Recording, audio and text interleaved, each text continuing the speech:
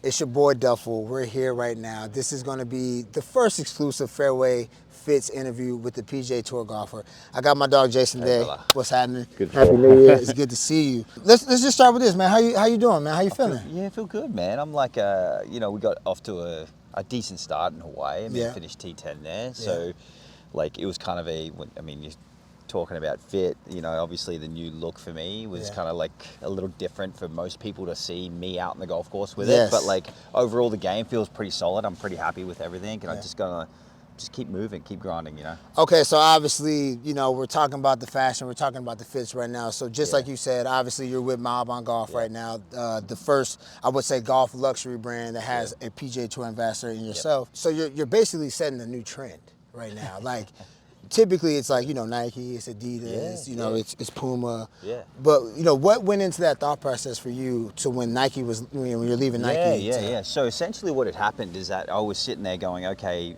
my contract's up with Nike at the end of last year. Yep. And for the longest time, I wanted to go out and do custom pieces myself. Okay. I just wanted to do my own like little brand. And I was going to call it like South Old 3C. Okay.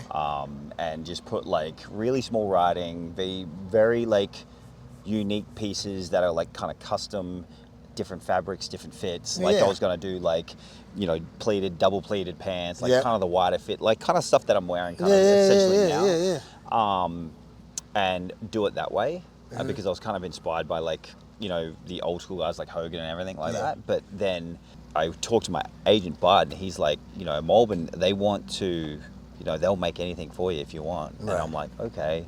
And I just felt like, once I started looking at their site, I said, okay, their stuff is a little bit different because, they have the streetwear in North America, and then if you look in Korea, it's like a total different brand. It's like high-end luxury over there, which is like amazing. So I think the cool thing is being able, because if you look at me at home, if I'm practicing, typically I'm in hoodie and like sweats at home when I'm practicing on my short game facility. Yes. So that's kind of how I practice and what I wear at home. Yeah. And then from there, it just like kind of turned into something. And I'm like, you know what, this kind of fits. I think we can kind of mix street stuff and, high-end golf gear. Right. And then piece it together like some weeks where I'm wearing street and some weeks I'm wearing like luxury golf stuff where it looks different, but just have people guessing, Okay, let's talk about that because obviously I've known you for years at this point. So like I know exactly what you're talking about as far as like how you like to dress because I remember we were in the group chat, it's me, Ryan Ruffles, and David Luteris, and I don't know if I sent or Ryan sent it. I sent you a screenshot of you wearing like the baggy with the Jordan 1s, and I was like, "Where's this Jason at? Like, I want this Jason back."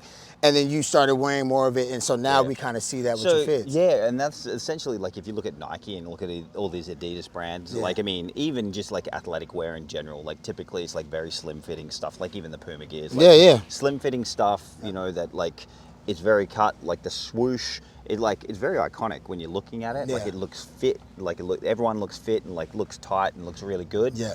But that's just my style is like dad bod. Like I got dad bod. Let me. I say it, bro. I'm trying to hide a few pounds right now. It's been a long winter, man. So, but I'm just looking to stand out a little bit more. Yeah. But also do it in a respectful way as well. You know what I mean? Sure. But like I tell you what, the Malbon crew and then also like cult following army that they have, like man, they band together like nothing. So it's like you're Malbon for life kind of thing. Which is fantastic. So and like if you look at some of these tournaments that Malbon hosts, I mean, some of the fashion that they have on the course is like wild. I mean, like stuff that you wouldn't think that would be on a golf course, and it's like really, really cool to see. Right. So you're talking about standing out. Yeah. So obviously with the game of golf, it's real traditionalist. Yes. Right. Yeah. So, obviously when you made the splash last week, a lot of people had things to say. When you think about that, like, how do you view that? I mean, obviously, there's always going to be naysayers, right? Well, I mean, regardless of what you do, there's going to be people that are going to, like it and people that are going to hate it. Right. And that could be like my golf swing change, or that could be anything in general. Something that I say there's always someone that is just going to rub the wrong way. But, for the most part, I've heard a lot of positive stuff, positive feedback. I mean, it's just different because as professional golfers, you're like, I feel, as long as you don't play in something that feels way too uncomfortable, that it gets in your head mentally, then go out and be wild, man, with it. Right, You know what I mean? Have fun with it, enjoy. Like, I feel like I'm getting to the point where I'm like kind of that grumpy old man. You know what I mean? This is my 17th season. Yeah, you've been out here for a minute. Yeah, I've been out here a long time, so I'm getting to the point where, you know, I just don't really care what people think. I love it. These days, Heck yeah. All right, obviously, like, I didn't know that you were into like designing and fashion. You mentioned how like you were going to start your own brand. Yeah. So with that being said, are you very like involved as far as like what you're putting on, things that they're going to make in the future? I mean, if you look at my suits at home, like all of my suits are like they're custom pieces made by a buddy at home in Australia. Yeah. So typically when you're getting a suit, if you make a suit, typically there's all the best, you know, tailors and stuff that you can get in Italy, but also some of the best are in Japan. Like some of the best places to get a suit made is in Japan. Yeah. So like I've got custom pieces from Japan, custom pieces from Italy, and I like that world. Yes. But very rarely do we get to wear it. You know what I mean? Yeah. So like when it comes to like input to like certain pieces that, you know, I talked to Stephen Malbon the other day about like, I sent him a picture of Hogan. I said, man, and it was like turtleneck, cashmere cardigan, double pleated, big wide pants. Yeah. I mean, minus the hat, because obviously you got sponsors that you got to wear, because he obviously had the old school hat, but like some of that, man, it just looked so classy, dude. So I'm trying to like mix the two between classic style some weeks and like streetwear as well. Like some of the stuff that I'm wearing this week at Amex is like the big wide baggy, got the Buckets I logo on it. Yeah, those are fun. And then, you know, the Friday round I'm wearing Dockers, you know, which is like slim fitting, like what you got on here. So it's interesting because like for the first time in my life, I've got a sponsor where they do collabs with different brands. Yeah, so I can kind of wear, like, I mean, I'm sure, like, it could be Puma one week, or it could be Nike, or it could be Adidas another week, like, but they're putting the Malbon brand on it, so it's kind of strange, because typically I've always been Adidas or Nike, and that's what you wear, but now I've got, like, kind of, as long as I've got the Malbon brand on it, I can kind of go wherever I want. That's crazy, because, you know, obviously I know Stephen well, I've known him for years, and that was the same thing that I thought about. I was like, I wonder when it comes to Jason and, you know, Charlie and the other players that they got, like, are they going to be able to wear the collab Malbon things, or is it just kind of like the Malbon signature?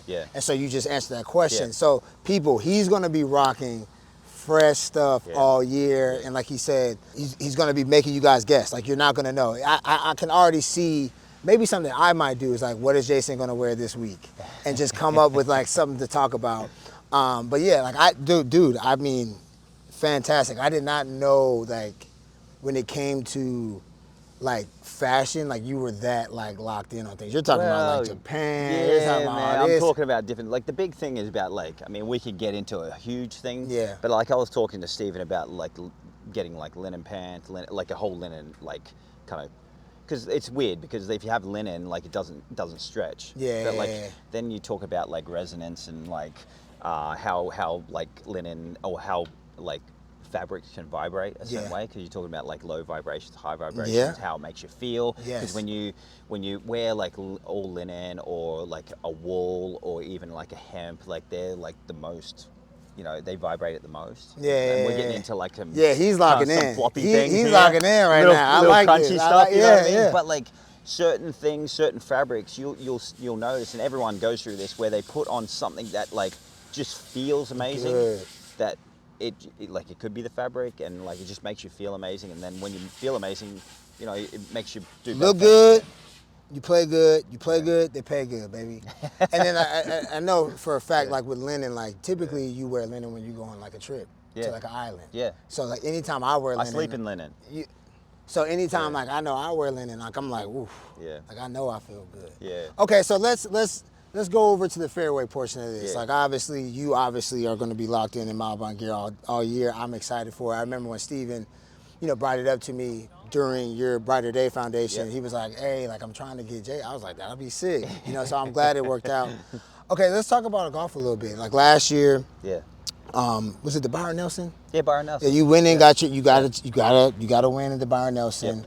You ended up the year with Lydia Cole getting a W, and Yeah. all year you were just in the hunt all Yeah. year. So the game is starting to get back into where Yeah. like we're competing, we're confident, we're expecting to win these Yeah, games. So well, how do you feel? I feel good about, like, I was really excited about the first half of my season last year, and then the second half of my season I was kind of bummed a little bit. I just, like, there were certain things that went off in my swing where, you know, it would just throw my timing out. Like, I was dragging the club a little bit too much. My left shoulder was coming up, which caused me to drag my club a little bit more. That's me. Yeah, so, and then when you do that, you can't time the club up or the club face up to get it square enough, and it's either going right or pulling left. You know what I mean? So the second half of the season, even though I had a really good finish at the Open Championship, I finished second there. Yes. I would have loved short game was crazy. Yeah, my short game was It was nice. crazy. Yeah, I mean, that's the week. one thing that has, like, really dramatically improved last year to the previous years was short game putting.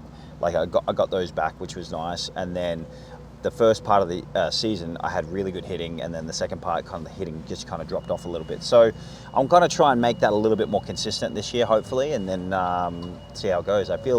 Overall, I feel very, you know, enthusiastic about, like, this year and moving on, because, like, Chris and I have worked very, very hard and stayed disciplined on, like, certain body motions and certain things that we need to try and accomplish in the swing to be able to hit a certain shot. You know what I mean? Okay, we're about to wrap this up, but 2024, Jason Day, it's December. You're looking back at the year. Yeah. Tell me what is going to put a smile on your face about what happens this season. Hopefully a 2-win season would be good, you know what I mean? Get one more than what I did last year. Well, I mean, I won the Grant Thornton as well with Lydia, but, like, I mean, two wins on the PGA Tour would be nice. Contend in the major championships, that would be nice, and win a major championship would be great. But nothing really. Like, I mean, I would love to say that I want to accomplish those and all that stuff, but, like, to be honest, I'm, like, focusing on every day, wake up, pay the dues, go out, try and play the best you can. Yeah. At the end of the week, look back and say, okay, what did I do great, and then what can I improve, and then kind of keep moving on from there. Yeah. Ladies and gentlemen, Jason Day, he's a veteran. It's day by day. We're not looking ahead. We're working on today. Today, I think, is a Wednesday. Going into the American Express. Shout out to my dog. Appreciate you and your time. That's Fairway Fist. Let's get it.